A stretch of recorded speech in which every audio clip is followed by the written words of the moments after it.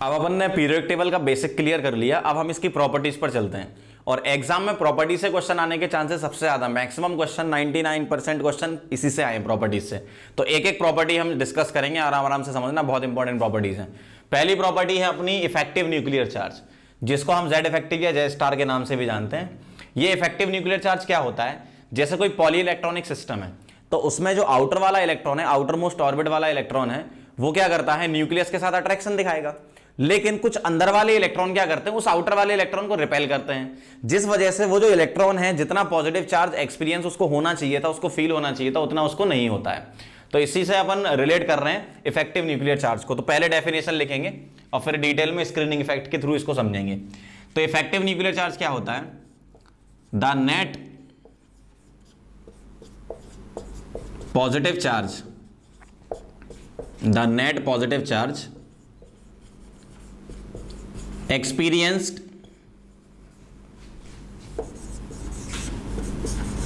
by the outer electron in poly electronic atom, एक से ज्यादा इलेक्ट्रॉन होना चाहिए, poly electronic atom is called Z effective, is called Z effective. अब इसमें हमेशा ऐसा जरूरी नहीं कि आउटर इलेक्ट्रॉन का ही आप चेक करो, आप कोई भी अंदर वाले इलेक्ट्रॉन का भी ले सकते हो, लेकिन उस अंदर वाले इलेक्ट्रॉन के लिए जो इलेक्ट्रॉन है वो और अंदर भी प्रेजेंट होने चाहिए, वो अभी एग्जांपल से आपको क्लियर होगा।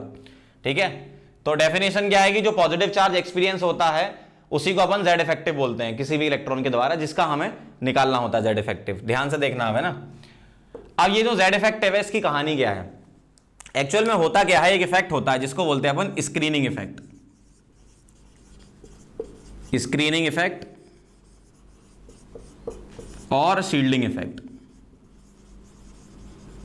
स्क्रीनिंग बोलो या शील्डिंग इफेक्ट बोलो, बात बराबर है। इसके थ्रू हम एक्सप्लेन करते हैं इस चीज को। स्क्रीनिंग या शील्डिंग इफेक्ट क्या होता है, डेफिनेशन लिखेंगे, the decrease in force of attraction, the decrease in force of attraction between nucleus and outer electron by the inner electrons, by the inner electrons। Definition एक बार फिर से पढ़ें, बहुत इंपॉर्टेंट है। The decrease in force of attraction between nucleus and outer most electron by the inner electron, मतलब nucleus और outer electron के बीच में जो अट्रैक्शन लगता है, अंदर वाले इलेक्ट्रॉन उसको कम कर देते हैं। कैसे करते हैं, ध्यान से देखना। जैसे कि एग्जांपल ले रहा हूं मैं, सपोज नाइट्रोजन है, नाइट्रोजन का एटॉमिक नंबर क्या है, 7। फिल करो इलेक्ट्रॉनिक कॉन्फ़िगरेशन, कैसे करते थे, 1s2 2s2 2p3। अगर मैं आपसे पूछूं ऑर्बिट वाइज फिल करो, तो ऑर्बिट में कैसे फिल करते हो, फर्स्ट ऑर्बिट में 2 और सेकेंड ऑर्बिट में कितने, 5, ऐसे फिल करोगे। तो ये रहा अपना न्यूक्लियस, पहला ऑर्बिट, उसमें कितने इलेक्ट्रॉन हैं, 2, और दूसरा ऑर्बिट, उसमें कितने इलेक्ट्रॉन हैं, 5, 1 2 3 4 और 5, ऐसा है। तो होता क्या है, न्यूक्लियस और इस इलेक्ट्रॉन का अट्रैक्शन रहा होगा, बिल्कुल सही बात है। न्यूक्लियस और इन इलेक्ट्रॉन का अट्रैक्शन रहा होगा, यह भी सही बात है। लेकिन ये इलेक्ट्रॉन इन इलेक्ट्रॉन को रिपेल भी कर रहे होंगे। मतलब अगर डेफिनेशन से इसको कनेक्ट करें तो कुछ ऐसा है कि न्यूक्लियस और आउटर इलेक्ट्रॉन के बीच में जो फोर्स ऑफ अट्रैक्शन लग रहा है, ये कौन सा है, अट्रैक्शन फोर्स। इस फोर्स को ये अंदर वाले इलेक्ट्रॉन कम कर रहे हैं। कैसे कर रहे हैं, ये इसको रिपल्सन देगा, क्यों, दोनों ही इलेक्ट्रॉन है ना, लाइक चार्जेस रिपेल, तो ये क्या है, रिपल्सन। तो ये कहानी है इसकी। ऐसा ही आउटर वाले हर एक इलेक्ट्रॉन से आप दिखा सकते हो, मैंने समझाने के लिए एक ले लिया। तो इलेक्ट्रॉन का न्यूक्लियस से जो अट्रैक्शन है, उस अट्रैक्शन को ये अंदर वाले इलेक्ट्रॉन कम कर रहे हैं। कैसे, ये अंदर वाले इलेक्ट्रॉन इस बाहर वाले को रिपेल कर रहे हैं। तो जो बाहर वाला इलेक्ट्रॉन है, इसका जो जितना न्यूक्लियर चार्ज इसको फील करना चाहिए था उतना नहीं करेगा ना, क्यों, ये इसको रिपेल भी तो कर रहा है। अब इस चीज के लिए मैथमेटिकल स्टडी की थी स्लेटर ने, और स्लेटर ने कुछ रूल बताए थे जिसके थ्रू हम जेड इफेक्टिव निकाल सकते हैं। ये तो बेसिक इफेक्ट हो गया। तो जेड इफेक्टिव का फॉर्मूला होता है atomic number Z minus sigma. Sigma को बोला उसने स्क्रीनिंग कांस्टेंट, स्क्रीनिंग कांस्टेंट, और कुछ बेसिक रूल बनाए स्क्रीनिंग कांस्टेंट निकालने की। Z तो आपको याद रहता ही है, किसी पर्टिकुलर इलेक्ट्रॉन के लिए हम स्क्रीनिंग इफेक्ट से स्क्रीनिंग कांस्टेंट निकालेंगे और उसको यहां पुट कर देंगे, हमारा इफेक्टिव न्यूक्लियर चार्ज आ जाएगा इस तरीके से। ये क्या था अपना एटॉमिक नंबर। तो फिर से एक बार इफेक्ट समझ लो, न्यूक्लियस और आउटर मोस्ट इलेक्ट्रॉन के बीच में जो अट्रैक्शन लगना चाहिए था, उस अट्रैक्शन को अंदर वाले इलेक्ट्रॉन कम करते हैं। कैसे? अंदर वाले इलेक्ट्रॉन उस आउटर वाले इलेक्ट्रॉन को रिपेल करते थे। एक बार मैं आपको सिंपल मॉडल के थ्रू भी समझा देता हूं। देखो कुछ ऐसा है, ये आप मान के चलो ये न्यूक्लियस है, ठीक है, थोड़ा पास से दिखा रहा हूं ज्यादा समझ में आ जाएगा। ये न्यूक्लियस है, ठीक है, येलो वाला, और ये इसके अंदर वाले इलेक्ट्रॉन मैंने ले लिए। तो ये इलेक्ट्रॉन ऐसे घूम रहे हैं इस न्यूक्लियस के अराउंड, इलेक्ट्रॉन ऐसे घूम रहे हैं, ठीक है। और ये मैंने एक और आउटर ऑर्बिट ले लिया, ऐसा है। अब ये पूरा दिख रहा है ध्यान से, बीच में न्यूक्लियस, ये फर्स्ट ऑर्बिट हो गया, ये सेकंड ऑर्बिट मान लो आप समझने के लिए। तो होता क्या है, मान लो ये न्यूक्लियस है, ठीक है, तो ये न्यूक्लियस क्या कर रहा है, इस वाले के साथ अट्रैक्शन दिखा रहा है, इन दोनों के बीच में अट्रैक्शन है, ठीक है, इस आउटर वाले इलेक्ट्रॉन और इसमें अट्रैक्शन है। तो अब होता क्या है, ये अंदर वाले इलेक्ट्रॉन है वो इसको रिपेल करेंगे, तो इसका और इसका, न्यूक्लियस का और आउटर इलेक्ट्रॉन का जो अट्रैक्शन होना चाहिए था वो अट्रैक्शन नहीं हो पाएगा। क्यों? ये अंदर वाले इसको रिपेल कर रहे हैं बाहर वाले को। तो इस तरीके से होता है स्क्रीनिंग इफेक्ट, है ना। नोट कर लो इसको, फिर आगे बढ़ते हैं।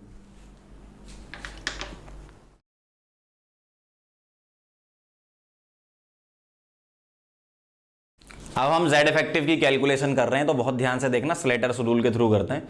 तो पहला केस है इसमें स्लेटर रूल में, इफ इलेक्ट्रॉन इन क्वेश्चन, आपको क्वेश्चन में जो इलेक्ट्रॉन दे रखा होगा ना, इफ इलेक्ट्रॉन इन क्वेश्चन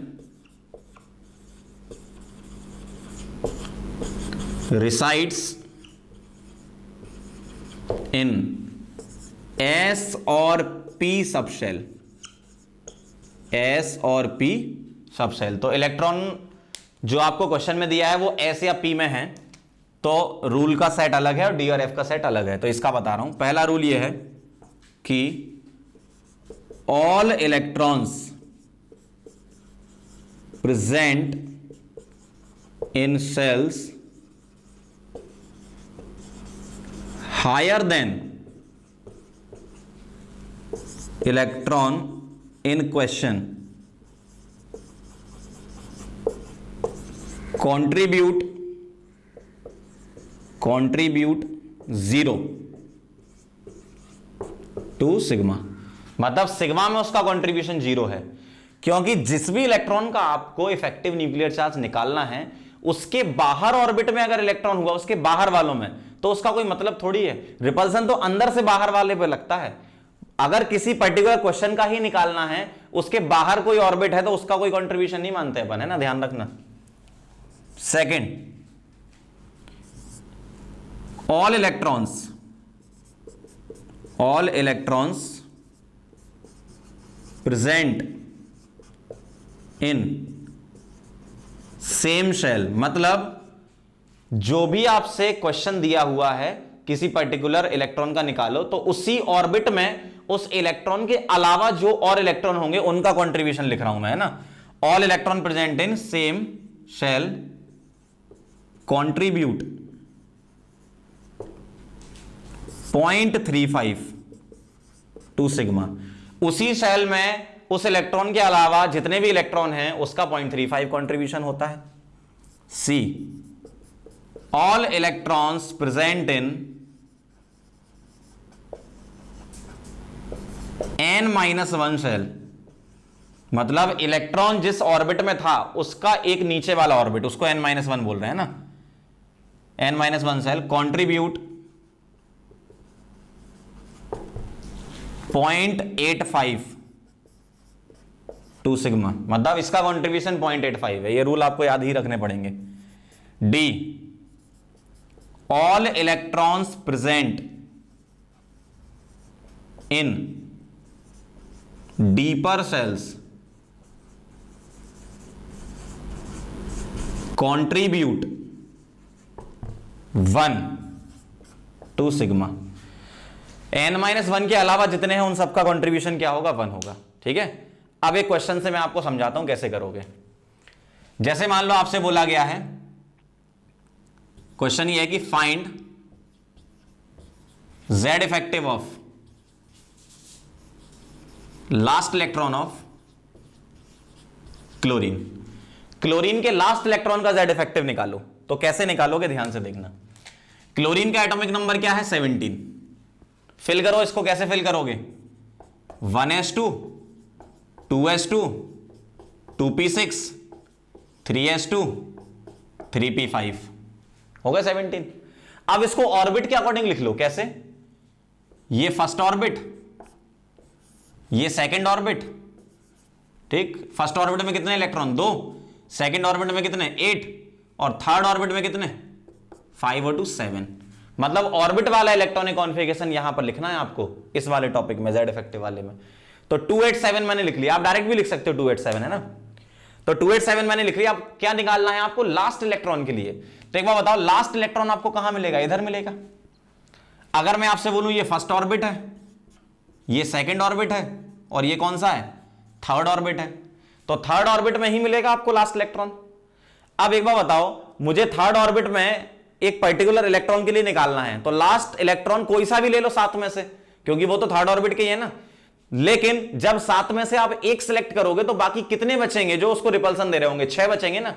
तो यहां से कंट्रीब्यूशन कितना आएगा सिग्मा में, 6 इंटू उसी पर्टिकुलर ऑर्बिट या शेल का कितना कंट्रीब्यूशन है, 0.35। ये पहला वाला तो लगेगा नहीं इसमें, क्यों, उसके बाहर कोई इलेक्ट्रॉन थोड़ी है। लास्ट इलेक्ट्रॉन कहां मिलेगा आपको, लास्ट ऑर्बिट में ही तो मिल रहा है। उसके बाहर कोई होता तो उन सबको छोड़ देते अपन, ठीक है, शुरू यहीं से ही करते। तो सेकंड पॉइंट से शुरू होगा, electron present in same shell. तो 7 इलेक्ट्रॉन थे, एक के लिए निकालना है, तो बाकी 6 बचे, तो 6 इंटू कितना कर दो, 0.35। तो 6 इंटू 0.35, ये इसका हो गया। अब ध्यान से देखना, प्लस n-1 शेल का कंट्रीब्यूशन कितना होता है, 0.85। हर एक इलेक्ट्रॉन का होता है ना 0.85। तो आप एक बार बताओ, ये अगर मैं n बोलता हूं तो ये n-1 हो जाएगी, और ये n-2 शेल हो जाएगी। सही बात है ना, क्योंकि इलेक्ट्रॉन तो आपको n में मिल रहा है इधर। तो n-1 का कंट्रीब्यूशन कितना, 8 इलेक्ट्रॉन है, और कंट्रीब्यूशन 0.85। समझते जाओ आराम आराम से, बहुत इंपॉर्टेंट है। लास्ट इलेक्ट्रॉन आपको यहां मिलता, 7 इलेक्ट्रॉन थे, एक के लिए निकालना है, 6 बचे, 6 इंटू 0.35। उसके अंदर वाला क्या है, n-1 है। n-1 में कितने इलेक्ट्रॉन थे, 8 थे, उसका कंट्रीब्यूशन 0.85 हर एक इलेक्ट्रॉन का। अब डीपर शेल, मतलब इसके अंदर वाली कितनी भी होती, डीपर शेल के लिए कंट्रीब्यूशन 1 होता, तो 2 इंटू 1, तो ये हो गया आपका सिग्मा।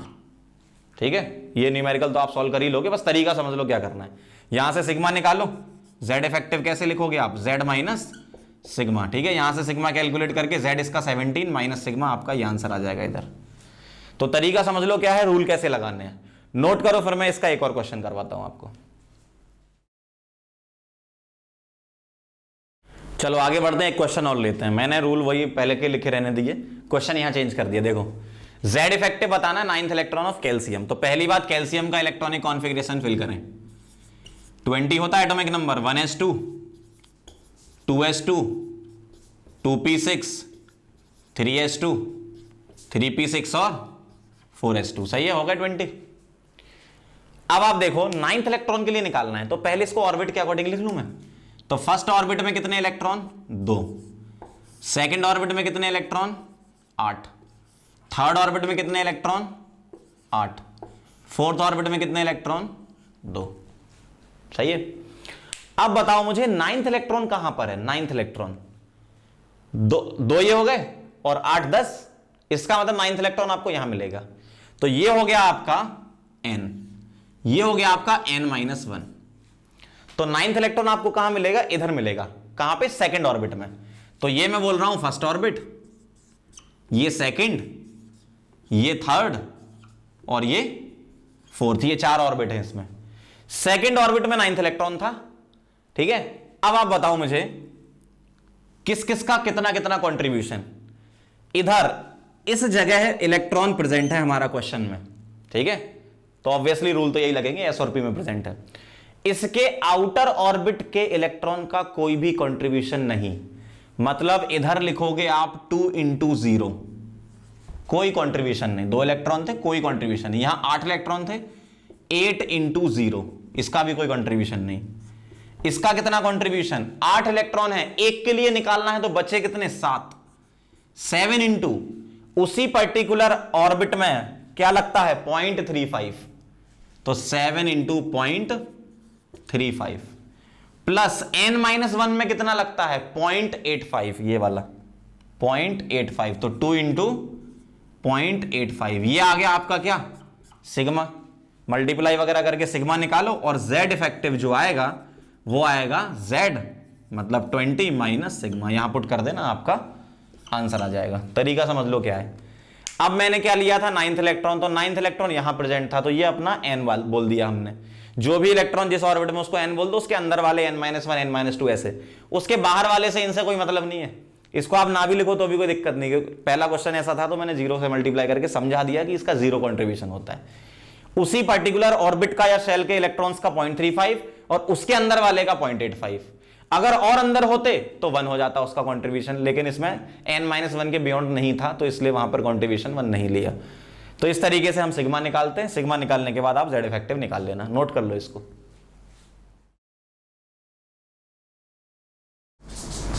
चलो अब हम आगे बढ़ते हैं, केस 2 पे चलते हैं। केस 2 पढ़ लो जरा, क्या है। If electron in question resides in D और एफ सबशेल, एस और पी जैसे ही रूल है, तो थोड़ा सा एडिट कर दिया मैंने। डी और एफ सबसेल में अगर क्वेश्चन प्रेजेंट है आपका, तो पहला रूल सेम टू सेम, जो भी आउटर शेल वाले इलेक्ट्रॉन होंगे उनका कंट्रीब्यूशन 0 होगा। सेकंड रूल भी same to same, same shell में इलेक्ट्रॉन 0.35 कंट्रीब्यूशन करेंगे। एक थर्ड रूल होता है बस इसमें, 0.85 वाला इसमें नहीं होता। All electron present in n-1 and lower, सबका कंट्रीब्यूशन कितना होता है, 1 होता है। अब इसको अप्लाई कैसे करना वो देखो, क्वेश्चन क्या लिखा है, पढ़ना ध्यान से। Find z effective of 23rd electron of iron. Iron के 23rd इलेक्ट्रॉन का z इफेक्टिव निकालना है। तो क्या करोगे, सबसे पहले आप इलेक्ट्रॉनिक कॉन्फ़िगरेशन फिल करोगे Fe का। क्या होता है, 1s2 2s2 2p6 3s2 3p6 फिर 4s2, उसके बाद क्या आता है 3d6। मैंने लिखा कैसे है ये, ऑर्बिट के अकॉर्डिंग, क्योंकि इस टॉपिक में ऑर्बिट के अकॉर्डिंग ही चलना होता है आपको। अभी तक हम क्या लिखते थे, 4s पहले 3d बाद में। आप क्या करो, यहां 3d पहले लिख दो, 4s बाद में लिख दो, चलेगा, क्योंकि ऑर्बिट के अकॉर्डिंग लिखना है। ये कौन सा ऑर्बिट है, फर्स्ट ऑर्बिट है। ये कौन सा ऑर्बिट है, यहां से यहां तक, ये फर्स्ट था, ये सेकंड। अगला बताओ, ये कौन सा ऑर्बिट हो गया, थर्ड ऑर्बिट हो गया। ये कौन सा ऑर्बिट हो गया, फोर्थ ऑर्बिट हो गया। इलेक्ट्रॉन्स लिख लो, इसमें कितने कितने हैं, फर्स्ट ऑर्बिट में कितने, 2, इसमें 6 और 2 8, इसमें 6 और 6 12 2 14, ठीक, इसमें 2, ऐसा है। अब मुझे बताओ आप 23rd इलेक्ट्रॉन कहां आएगा, तो कैसे गिनेंगे 23rd इलेक्ट्रॉन। देखो 1s2 2s2 4 हो गए, 6 ये 10 2 12 6 18, फिर ये 2 गिनोगे, ठीक है, 18 के बाद 2 20 और 6 26। इसका मतलब 23rd इलेक्ट्रॉन आपका यहां आएगा, मतलब थर्ड ऑर्बिट में इधर आएगा 23rd इलेक्ट्रॉन। और 23rd इलेक्ट्रॉन अगर इधर आया तो ये हो गया अपना प्रिंसिपल n, और इसके अंदर वाला हो गया n-1 और उसके भी अंदर वाला हो गया n-2, ऐसा लिखेंगे। तो जिस भी इलेक्ट्रॉन को निकालना है, जिस भी इलेक्ट्रॉन के लिए z इफेक्टिव निकालना है, वो हम n मान लेते हैं उस ऑर्बिट को, उसके अंदर n-1 फिर n-2। अब आप बताओ सिग्मा में क्या क्या कॉन्ट्रीब्यूशन है।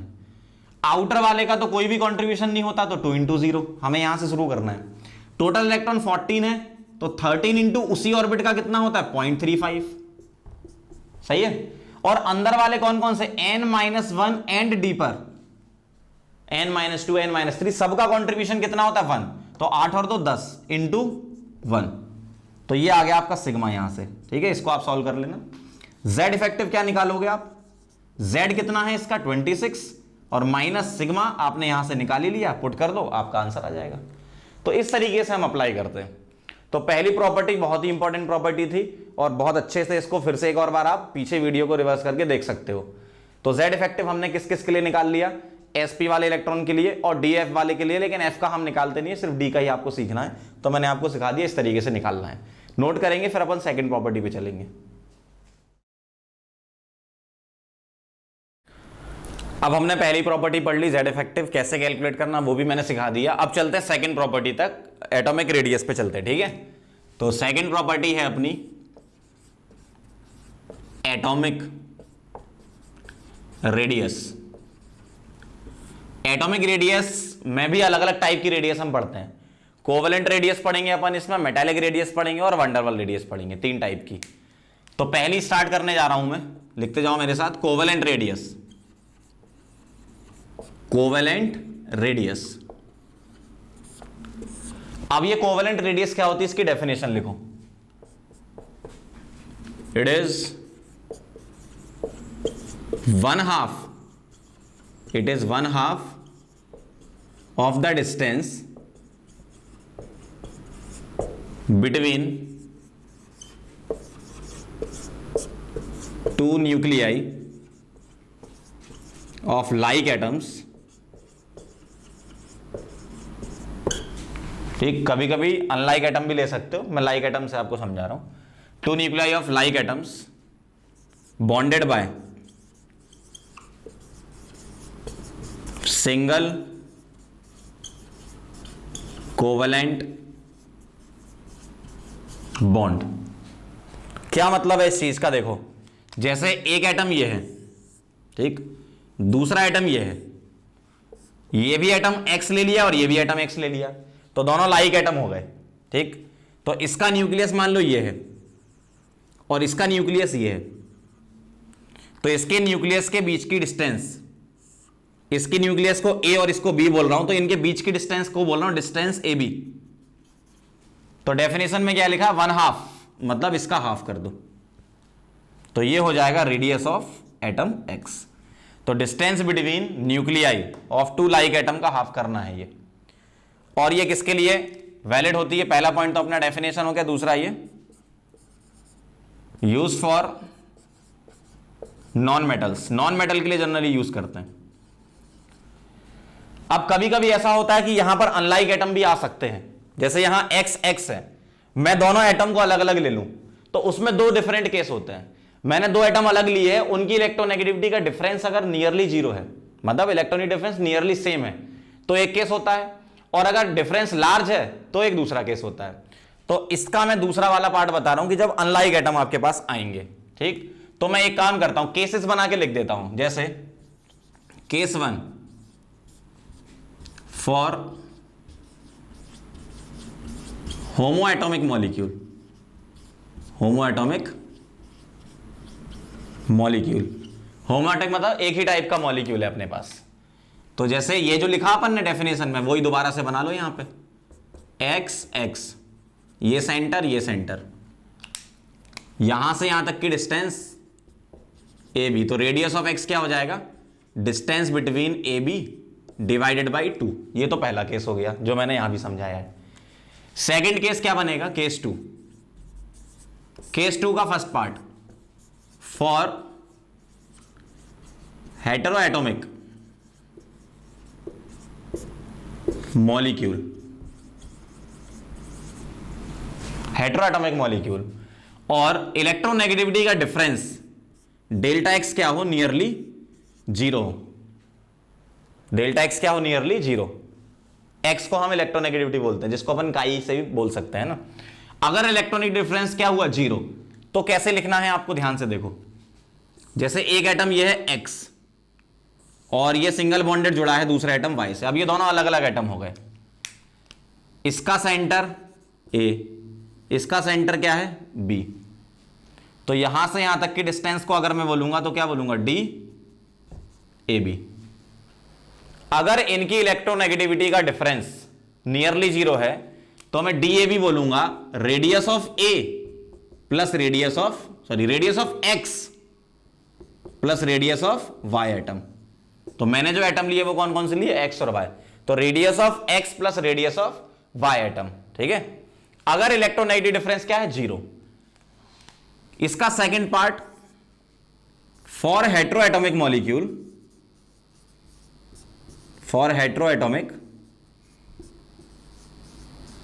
मॉलिक्यूल जिसमें इलेक्ट्रोनेगेटिविटी डिफरेंस 0 नहीं है, अलग अलग इलेक्ट्रोनेगेटिव डिफरेंस है, जैसे एक ये हो गया, दूसरा एटम ये हो गया, x हो गया, y हो गया, और इन दोनों के बीच की जो डिस्टेंस है वो है DAB।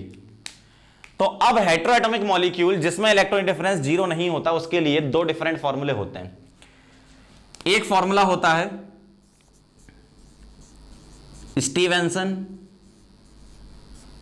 And Shoemaker formula.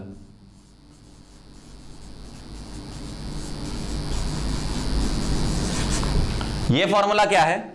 Distance between ए और बी के बीच की distance is equal to RA plus RB, radius of A plus radius of B, minus 0.09 और मॉड डेल्टा एक्स। अब ये डेल्टा एक्स है, ये क्या है? डेल्टा एक्स का मॉड जो है वो है इलेक्ट्रोनेगेटिविटी डिफरेंस, EN लिख रहा हूं मैं, electronegativity difference between x and Y atom. और ये जो इलेक्ट्रोनेगेटिविटी है ये आपको पॉलिंग स्केल पर गिवन होंगी क्वेश्चन में। अब इसका एक करेक्टेड वर्जन पॉटरफील्ड ने दिया था, ठीक है। तो सेकंड है अकॉर्डिंग टू पॉटरफील्ड, पॉटरफील्ड मॉडिफाइड है इसका, है ना। तो पॉटरफील्ड लगा के ही आपको न्यूमेरिकल करने हैं, जब तक ये ना बोलें कि अकॉर्डिंग टू स्टीवेंसन फॉर्मूला आप बताओ distance between A B, otherwise Potterfield ही लगाना है। तो पॉटरफील्ड के अकॉर्डिंग DAB क्या होता है? ये होता है DAB is equal to RA plus RB minus 0.07 mod delta X का होल स्क्वायर, ये होता है। और यहां जो रेडियस RA और RB है, RA एंड RB, ये होती है एंगस्ट्रॉम में, ठीक है। तो एक बार फिर से पूरा डिटेल में बताता हूं। कोवेलेंट रेडियस क्या होती है? दो एटम के न्यूक्लियाई को ज्वाइन कर दो, वो डिस्टेंस होती है आपकी। अगर वो जो दो एटम है वो लाइक एटम है तो उस डिस्टेंस का हाफ कर दोगे तो उस पर्टिकुलर एटम की एटॉमिक रेडियस में कोवेलेंट रेडियस आ जाएगी। अगर दो अनलाइक है, मतलब हेट्रो एटम है, कोई मॉलिक्यूल है जिसमें हेट्रो एटम है, तो हेट्रो एटम अगर हैं, जैसे मान लो होमो एटम का मैंने ले लिया H2 सपोज, ठीक है, और हेट्रो एटम का एग्जांपल ले लिया HF, ऐसा। तो H2 जो है वो होमो एटॉमिक है, तो दोनों की डिस्टेंस ले लो और उसका हाफ कर दो तो रेडियस ऑफ हाइड्रोजन आ जाएगी। अब HF में तो इलेक्ट्रोनेगेटिव डिफरेंस बहुत ज्यादा होता है, तो H और F का इलेक्ट्रॉन डिफरेंस ज्यादा है, तो अपन क्या करेंगे, इस फॉर्मूले के अकॉर्डिंग डिस्टेंस निकालेंगे उनके बीच की, ठीक। और अगर इलेक्ट्रॉनिक डिफरेंस सेम है, नियरली सेम है, जैसे हाइड्रोजन और फास्फोरस है Hp, ठीक, तो इनके बीच का इलेक्ट्रॉनिक डिफरेंस क्या होता है? नियरली सेम होता है। तो अपन फिर इस वाले फॉर्मूले को अप्लाई करेंगे, कौन सा वाला? होमो एटॉमिक का, DAB is equal to R of X plus R of Y। यहां पर मैंने RA और RB लिखा, A और B आप इनको लेके चल सकते हो। अगर आपको X और Y के फॉर्म में लिखना है तो आप यहां पर A की जगह X और B की जगह Y भी कर सकते हो, वो आपकी इच्छा है, ठीक है। मैंने यहां न्यूक्लियाई के अकॉर्डिंग लिख दिया, यहां मैंने एटम के अकॉर्डिंग लिखा था, सेम ही बात है। X को A ले लो और Y को B, बात बराबर ही है। तो नोट कर लो इसको, फिर आगे बढ़ते हैं। अगली वाली रेडियस पे चलते हैं, मेटेलिक रेडियस। तो इसको भी ध्यान से समझो क्या होता है। डेफिनेशन लिखेंगे पहले अपन, it is 1/2 of the distance between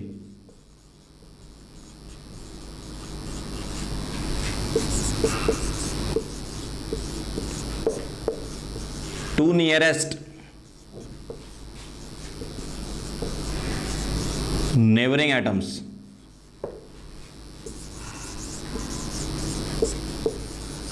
in metal crystal। Metal के क्या होते हैं? क्रिस्टल होते हैं बड़े बड़े, है ना।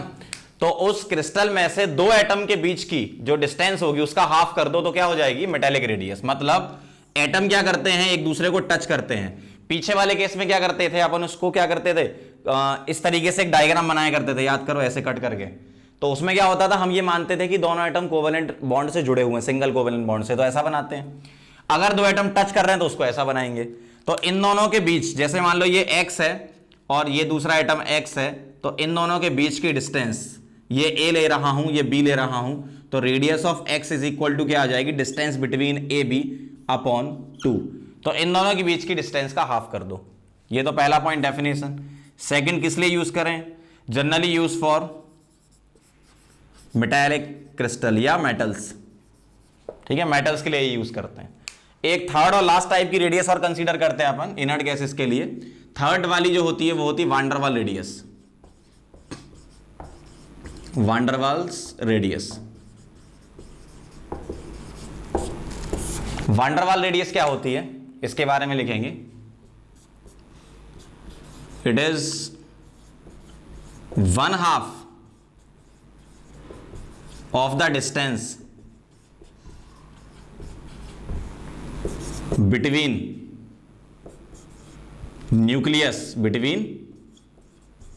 Nuclei of two adjacent atoms in two nearest neighboring molecules। दो नियरेस्ट नेबरिंग मॉलिक्यूल हैं, उनके जो एडजेसेंट एटम है उनके बीच की डिस्टेंस का हाफ। कैसे? जैसे मेरे पास X2 के दो मॉलिक्यूल हैं, एक मॉलिक्यूल ये है और एक मॉलिक्यूल ये है X2 का। तो इनके जो एडजेसेंट एटम है, जैसे इधर से लेकर इधर तक, यही दो एडजेसेंट होंगे, तो इधर से इधर तक अगर मैं इसको A और इसको B बोलता हूं तो इन दोनों के बीच की डिस्टेंस क्या होगी? DAB। इसका क्या करना है आपको? हाफ। तो ये हो जाएगी रेडियस ऑफ एटम X। अब आप मुझे बताओ, तीनों रेडियस हम पढ़ चुके हैं, कोवेलेंट, मेटेलिक और वांडरवाल, कौन सी बड़ी और कौन सी छोटी? वांडरवाल में क्या होता है? A और B की बीच की डिस्टेंस बहुत ज्यादा होती है, क्योंकि यहां बीच में थोड़ा सा गैप दिख रहा है आपको, ऑब्वियसली ज्यादा होगी। तो जो वांडरवाल रेडियस है R वांडरवाल V, ये सबसे बड़ी होती है। फिर कौन सी होती है? Metallic, R metallic. और फिर कौन सी होती? कोवेलेंट, क्योंकि उसमें तो कोइंसाइड करते हैं दो एटम, मतलब हम कोवेलेंट बॉन्ड कंसीडर करते हैं। तो रेडियस वांडरवाल, मेटेलिक, फिर कोवेलेंट, ठीक है। VMC ऐसे याद रखना, VMC इस तरीके से। तो अब मैं आपको तीनों रेडियस रिवाइज करवा देता हूं क्या क्या थी। पहली रेडियस थी आपकी कोवेलेंट रेडियस। कोवेलेंट रेडियस क्या निकालते हैं? दो लाइक एटम के बीच की डिस्टेंस का हाफ कर दो, और वो जो दो लाइक एटम है वो कैसे जुड़े होने चाहिए? कोवेलेंट बॉन्ड से। मेटेलिक में क्या होता है? दो एटम टच कर रहे होंगे, मेटल क्रिस्टल में दो एटम टच कर रहे होंगे, तो उन दो एटम के बीच की डिस्टेंस का हाफ कर दो। वांडरवाल में क्या होगा? दो अलग अलग मॉलिक्यूल होंगे, उनके जो एडजेसेंट एटम है उसके बीच की डिस्टेंस का हाफ कर दो। अब कोवेलेंट रेडियस में हम क्या करते हैं? लाइक एटम के अलावा अगर हेटेरो एटम आ गए तो उनमें हम डिस्टेंस कैलकुलेट करते हैं। उसमें एग्जैक्ट रेडियस वगैरह तो आपको वैसे गिवन होगी फॉर्मूले के लिए, स्टीवेंसन, शूमेकर और पोर्टरफील्ड के लिए। आपको बस उसकी डिस्टेंस निकालनी होती है, सिंगल कोवेलेंट बॉन्ड डिस्टेंस जो होती है, ठीक है। तो पहले आप ये नोट कर लो, फिर मैं आपको इसके न्यूमेरिकल करवाता हूं किस तरीके से होते हैं। चलो आगे अपन चलते हैं, अब एक न्यूमेरिकल कर लेते हैं रेडियस से रिलेटेड। क्वेश्चन को ध्यान से पढ़ लो क्या कह रहे हैं इसमें। क्वेश्चन पढ़ेंगे, क्या लिखा है? Hardik Pandya went to meet his brother Kunal Pandya, ठीक है, where he saw that Kunal was doing the study of Pankaj sir's chemistry book, but he could not find the theoretical value of bond length HF। Okay, although he found that radius of H and F respectively कितना 0.38 और 0.72 इनकी radius दे रखी है।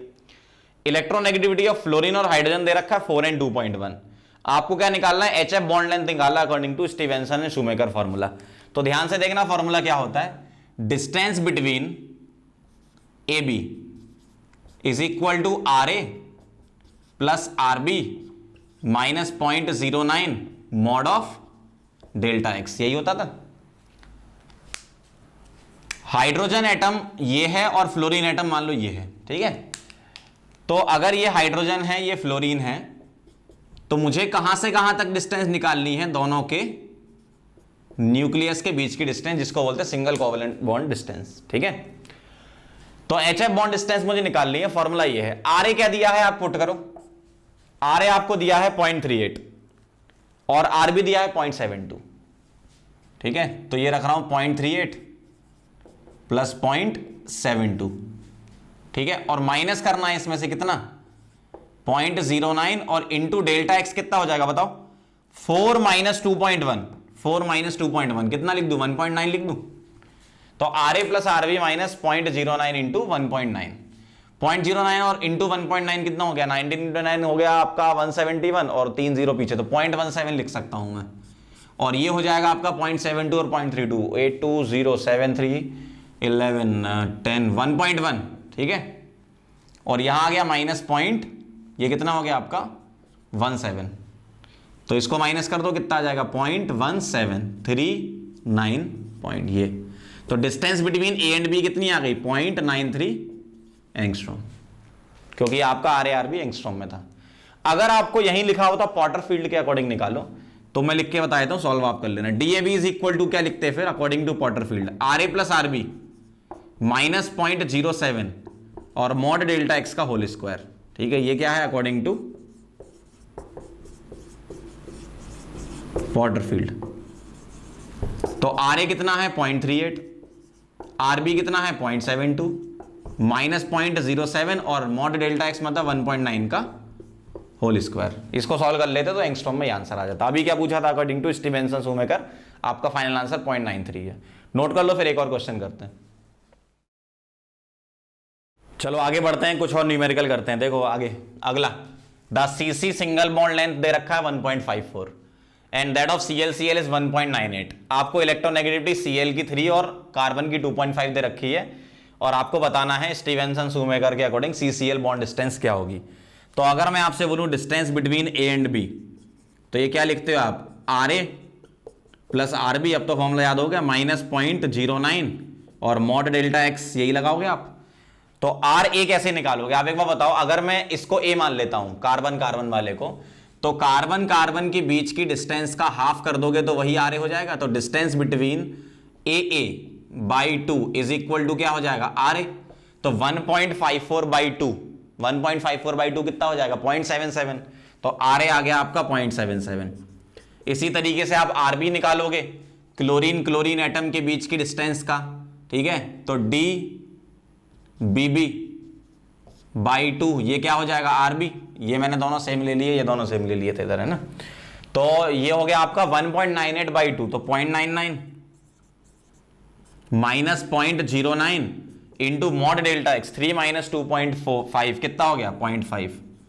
ठीक है, तो ये कितना हो जाएगा आपका 9 और 7 हो गया 16। ठीक, और ये हो गया आपका 9 और 7 16 था, अब ये हो गया 10 और 7 कितना हो गया 17, तो ये हो गया 1.76। और ये माइनस कितना हो गया 9 इंटू 5 हो गया 45 और 0.3 पीछे आ जाएंगे तो 0.045। तो इसमें से ये माइनस कर दो 0.045, अगर मैं माइनस कर दूं इसमें से तो ये बचेगा 5 और ये हो गया 5, तो ये 1, ये 7 और ये 1, तो 1.71 आ जाएगा। तो मैं यहां फाइनल आंसर लिख रहा हूं ये, तो 1.715 किस में आएगा, ये एंगस्ट्रॉम में आएगा। इस तरीके से निकालना, फॉर्मूला देख लो कौन सा लगाया अपन ने। आगे बढ़ते हैं, अगला क्वेश्चन देखो। ASCl बॉन्ड डिस्टेंस 2.2 दे रखी है। Estimate single bond covalent radius, SBCR मतलब सिंगल बॉन्ड कोवेलेंट रेडियस निकालनी है किसकी, AS की। और दोनों की इलेक्ट्रोनेगेटिविटी क्या माननी है, सेम माननी है। और ये दोनों हेटेरो एलिमेंट है, तो इसका मतलब क्या है, मुझे DAB जो निकालना होगा वो निकालना होगा RA प्लस RB से। इस तरीके से अगर इलेक्ट्रोनेगेटिविटी आपकी सेम लेते हो तो। DAB खैर आपको दे रखा है कितना 2.2।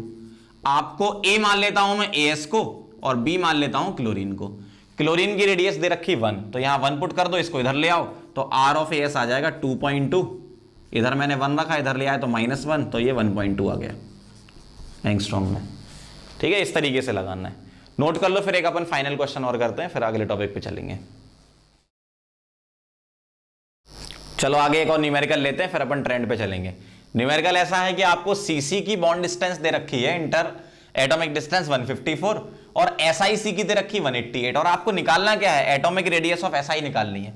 अब देखो सीसी दे रखा है, इसका मतलब एक कार्बन एटम ये और दूसरा ये, दोनों के बीच की डिस्टेंस 154, तो RC प्लस RC 2RC लिख दूं मैं नियरली, तो ये हो गया आपका 154। तो RC यहां पर आ गया कितना 77 पिकोमीटर दे रखा है उसमें, है ना। SiC ये है मेरे पास Si और ये हो गया C। ठीक है, तो SiC के बीच की डिस्टेंस लिखूंगा RSI plus RC is equal to कितना है ये 188 पिकोमीटर। तो RSI क्या आ जाएगा यहां से, RC हम निकाल चुके हैं, 188 में से माइनस कर दो कितना 77, तो ये हो गया 111। तो RSI कितना हो गया आपका 111 पिकोमीटर। इस तरीके से सॉल्व करना था। तो मैंने आपको इसके डिफरेंट टाइप के न्यूमेरिकल्स करा दिए जो इसमें पॉसिबल हैं, और न्यूमेरिकल आने के चांसेस बहुत ही कम होते। ट्रेंड से क्वेश्चन ज्यादातर आ चुके हैं एग्जाम में। ठीक है, तो ट्रेंड पे फोकस करना बहुत इंपॉर्टेंट है ये। तो ट्रेंड ऑफ एटॉमिक रेडियस क्या होता है, 2 ट्रेंड हम पढ़ते हैं, एक लेफ्ट टू राइट, एक टॉप टू बॉटम। तो पहला ट्रेंड है इन अ पीरियड, तो अगर हम पीरियड में चले मतलब लेफ्ट टू राइट चलना है, ठीक है, पीरियड में कहां जाना, लेफ्ट टू राइट। तो हम ऐसा लिखेंगे left to right, left to right Z effective जो होता है, इफेक्टिव न्यूक्लियर चार्ज, वो बढ़ता है क्योंकि नंबर ऑफ प्रोटॉन बढ़ते हैं। तो left to right Z effective बढ़ता है। अब जेड इफेक्टिव बढ़ने का मतलब अट्रैक्शन बढ़ना, ये ध्यान रखो, और सिग्मा बढ़ने का मतलब रिपल्सन बढ़ना। ये अगर आपको ध्यान है तो काम हो गया आपका, सारी प्रॉपर्टी इसी से कनेक्ट करेंगे। जेड इफेक्टिव बढ़ा मतलब अट्रैक्शन ज्यादा मतलब न्यूक्लियस से जो आउटर मोस्ट ऑर्बिट का अट्रैक्शन वो ज्यादा होगा, तो साइज क्या हो जाएगा, कम। तो एटॉमिक साइज या एटॉमिक रेडियस क्या हो जाएगा, कम हो जाएगा। तो लेफ्ट टू राइट डिक्रीज होता है, ठीक है। सेकेंड, इन ग्रुप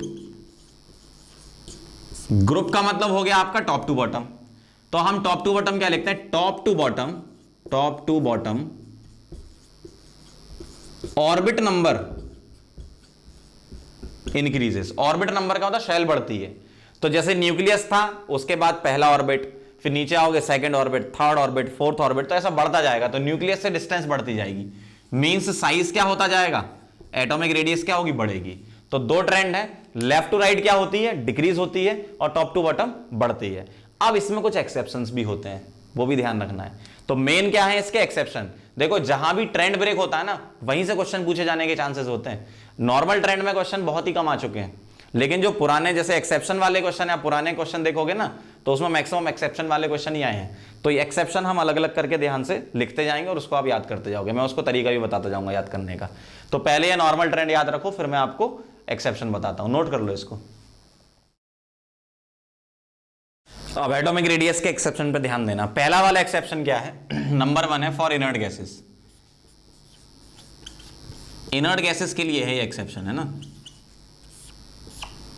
क्या एक्सेप्शन लिख लेंगे, द रेडियस ऑफ या साइज ऑफ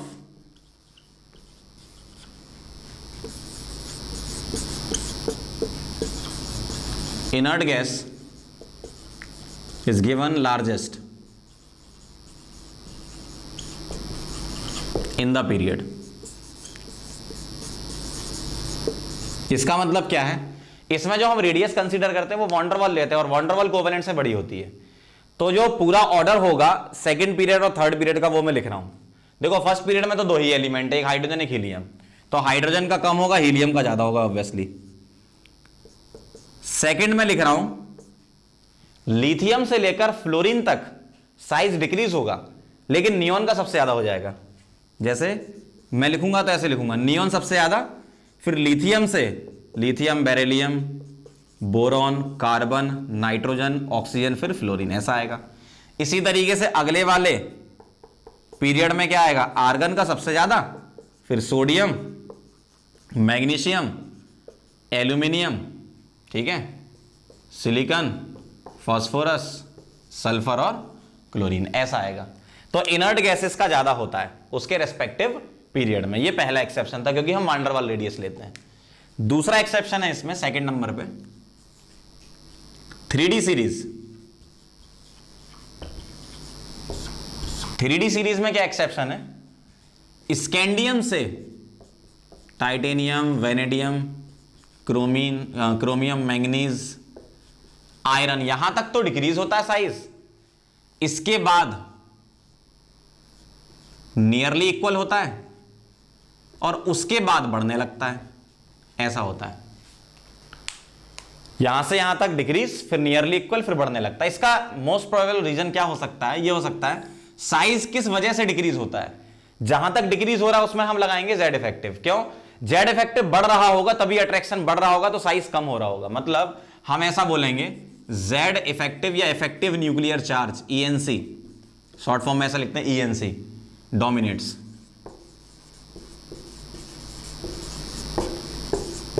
ओवर सिग्मा।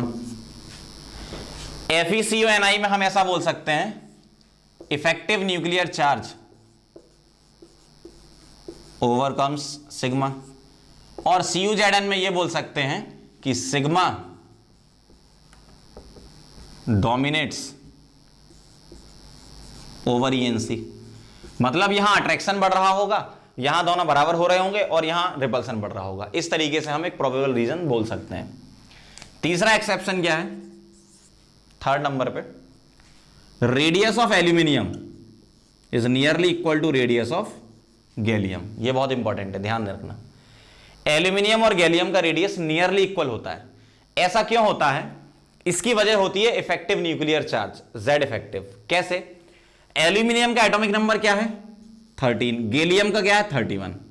जब आप इलेक्ट्रॉन की फिलिंग करते हो तो इसमें 3D वाला पूरा फिल हो चुका होता है, इसमें 3D जैसा कुछ होता नहीं है ना, क्योंकि ये 3p1 में खत्म हो जाएगा।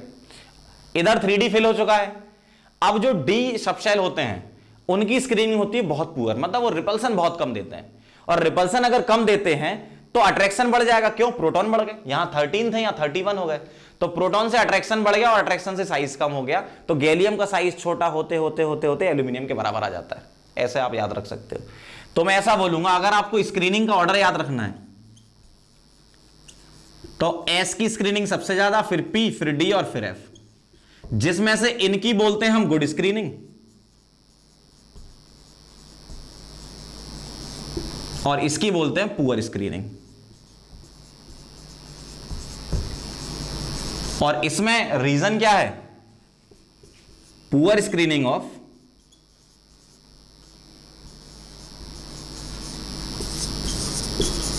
Three 10 electrons.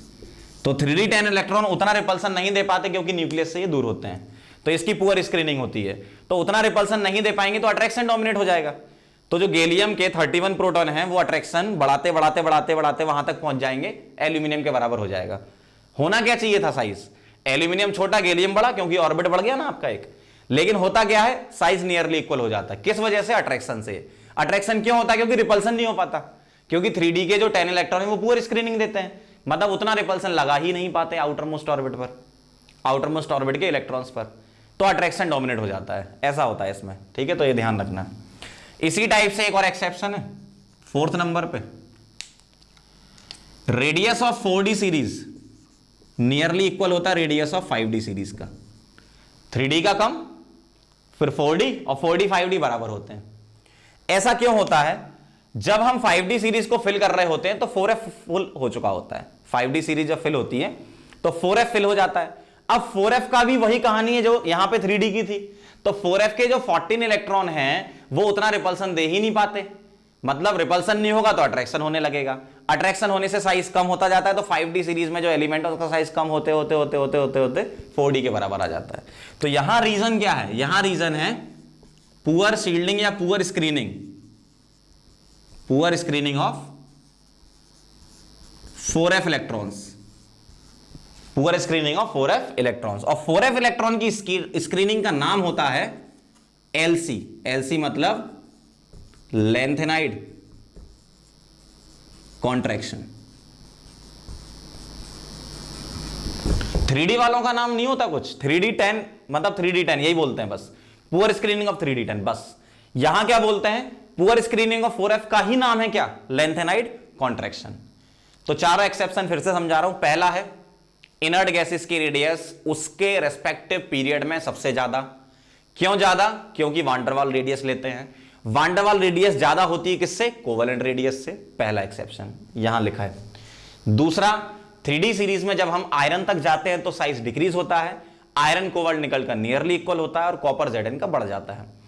स्कैंडियम से लेकर आयरन तक इफेक्टिव न्यूक्लियर चार्ज मतलब अट्रैक्शन डोमिनेट करता है सिग्मा पर, मतलब रिपल्सन पर। फिर FeCO में अट्रैक्शन रिपल्सन नियरली इक्वल हो जाते हैं और कॉपर Zn में रिपल्सन डोमिनेट करता है अट्रैक्शन पर। ऐसा होता है। अगला है मेरा एल्यूमिनियम गैलियम। एल्यूमिनियम और गैलियम में गैलियम का रेडियस ज्यादा होना चाहिए था, लेकिन ऐसा नहीं होता है। उसकी वजह क्या है? 3D के जो 10 इलेक्ट्रॉन हैं वो पुअर स्क्रीनिंग करते हैं, जिस वजह से अट्रैक्शन बढ़ जाता है। अट्रैक्शन बढ़ते बढ़ते बढ़ते बढ़ते साइज कम होते होते होते होते इतना कम हो जाता है कि वो एल्यूमिनियम के बराबर आ जाता है। अगला एक्सेप्शन है 4D और 5D सीरीज का। 4D 5D सीरीज के जो एलिमेंट है उनका रेडियस नियरली इक्वल होता है। क्यों होता है? उसकी वजह है लेंथेनाइड कॉन्ट्रैक्शन। ये क्या होता है? 4F के इलेक्ट्रॉन की पुअर स्क्रीनिंग को हम लेंथेनाइड कॉन्ट्रैक्शन बोलते हैं। उससे क्या हो जाता है? अगर कॉन्ट्रैक्शन हो रहा है मतलब रिपल्सन नहीं लग रहा है, मतलब अट्रैक्शन डोमिनेट हो रहा है। तो अट्रैक्शन बढ़ने से क्या होता है? साइज कम हो जाता है। ये पूरी कहानी इसकी है। तो एटॉमिक रेडियस के इतने ही एक्सेप्शन है और ये आपको पूरे के पूरे याद करने हैं, ठीक है? बिल्कुल अच्छे से याद करना, भयंकर रटना है ना, ये ध्यान रखना, क्योंकि क्वेश्चन अगर एग्जाम में आएगा तो इसी से ही आएगा। नोट करो, फिर मैं इससे रिलेटेड क्वेश्चन करवाता हूं आपको। चलो आगे बढ़ते हैं, कुछ क्वेश्चन लेते हैं साइज से रिलेटेड। देखो आपको नॉर्मल ट्रेंड याद हो ना हो, लेकिन एक्सेप्शन जरूर याद होने चाहिए। क्वेश्चन में एक्सेप्शन से ही बनेंगे क्वेश्चन, मैक्सिमम क्वेश्चन आपके ध्यान रखना, तो एक्सेप्शन याद होना बहुत जरूरी है। चलो स्टार्ट करते हैं, पहला क्वेश्चन समझते जाना क्या कह रहे हैं। सोडियम Li और Rb में साइज कंपेयर कराना है, ठीक है। तो एक बार बताओ, ये तीनों ही मेंबर पीरियड, देखो अब यहां कहानी आती, पीरियड टेबल याद होनी चाहिए। ये टॉपिक आप तभी स्टार्ट करोगे जब आपको पूरी पीरियड टेबल याद होगी। अगर याद नहीं है तो अपने सामने पीरियड टेबल रखो, तभी ये सब देखो, ठीक है। कम से कम पता तो चलना चाहिए कि क्या हो रहा है आपके साथ, कि सब ऊपर से निकल रहा है। तो या तो पीरियड टेबल याद करो पूरी, नहीं तो सामने पीरियड टेबल रखो, नहीं तो ऊपर से चला जाएगा पूरा, ठीक है। और याद जरूर कर लो जल्दी से जल्दी। सोडियम, लिथियम, Rb ये अल्कली मेटल के हैं। पहले क्या आता है Li, फिर आता है Na और उसके नीचे आता है Rb, यही होता है अगर मैं इन तीनों को लिखूं। तो ये तो टॉप टू बॉटम है, और अल्कली मेटल में तो ऐसा कुछ एक्सेप्शन है ही नहीं। तो टॉप टू बॉटम क्या होता है, जनरल ट्रेंड फॉलो होगा, साइज क्या होगा, बढ़ेगा। क्यों, ऑर्बिट नंबर बढ़ रहा है ना। तो Rb का सबसे ज्यादा, उसके बाद Na और उसके बाद Li, ऐसा है। दूसरा क्वेश्चन देखो, ये एलिमेंट डी ब्लॉक की 3D सीरीज से बिलोंग करते हैं। फिर वही बार बार रिपीट कर रहा हूं, पीरियड टेबल याद होनी चाहिए तभी हो पाएगा। अब ये मैंने 3D का एक्सेप्शन आपको बताया था, लेफ्ट टू राइट डिक्रीज होता है, कहां तक, आयरन तक। फिर आयरन कोबाल्ट निकल सेम हो जाते हैं नियरली, और फिर कॉपर Zn बढ़ जाता है, तो आयरन तक डिक्रीज होगा। तो पहला क्या आ रहा है Ti, उसके बाद क्या आता है Mn, और फिर उसके बाद क्या आता है आयरन, ऐसा आएगा। अगला वाला नियोन, F और Li, ये सेकंड पीरियड से बिलोंग करने वाले एलिमेंट है। और नियोन तो क्या है, इनर्ट गैस सबसे ज्यादा होती है।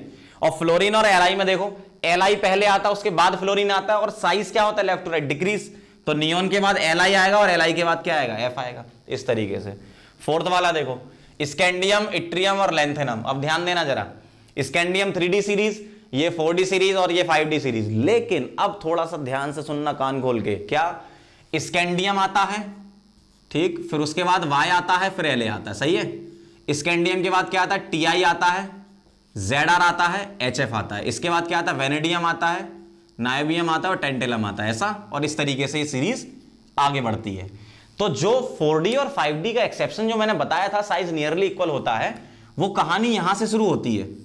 क्योंकि हफनियम का एटॉमिक नंबर 72 और इसका 57, मतलब बीच में यहां पर F ब्लॉक वाले आते हैं ना, तो 4F की स्क्रीनिंग तो तब लगेगी ना जब वो भर गया होगा, ठीक है। पुअर स्क्रीनिंग तब लगेगी ना जब वो भर गया होगा। तो लेंथेनम के जस्ट बाद से फिर स्क्रीनिंग शुरू होती है, ध्यान रखना। तो इनमें कुछ नहीं, सिंपल ट्रेंड फॉलो होगा, मतलब लेंथेनम की सबसे ज्यादा, फिर इट्रियम और फिर स्कैंडियम। जबकि अगर मैं इन तीनों में कराऊं, तो इन तीनों में HF और Zr की क्या होगी, नियरली इक्वल, और टाइटेनियम की क्या होगी, कम। क्योंकि 4D 5D सीरीज यहां से शुरू होती है, यहां से लगना स्टार्ट होती है एक्सेप्शन, ध्यान रखना। उसी तरीके से मैं आगे बढ़ूं, देखो वेनेडियम, नायोबियम और टेंटेलम, तो इन दोनों का सेम और इसका कम। तो TA और NB का नियरली इक्वल और वेनेडियम का कम, ऐसा। तो ये ध्यान रखना 4D 5D में, यहां मत लगा देना, यहां तो नॉर्मल ट्रेंड फॉलो होता है। क्योंकि लेंथेनम में जब आप साइज कंपेयर कराओगे तो यहां F थोड़ी भरा होगा, F तो इसके बाद भरना चालू होता है। एल्यूमिनियम, बोरॉन, गैलियम, इंडियम, देखो आ गया एल्यूमिनियम गैलियम वाला। तो एल्यूमिनियम और गैलियम का साइज क्या है, नियरली इक्वल। अब देखो बोरॉन कहां आता है, ऊपर आता है, तो बोरॉन तो छोटा होगा। और इंडियम कहां आता है, नीचे आता है, तो ये बड़ा होगा, टॉप टू बॉटम साइज बढ़ता है। इन दोनों में एक्सेप्शन लग जाता है। तो इस तरीके से आपको क्वेश्चन अप्रोच करने हैं, बिल्कुल ध्यान से नोट कर लो इसको।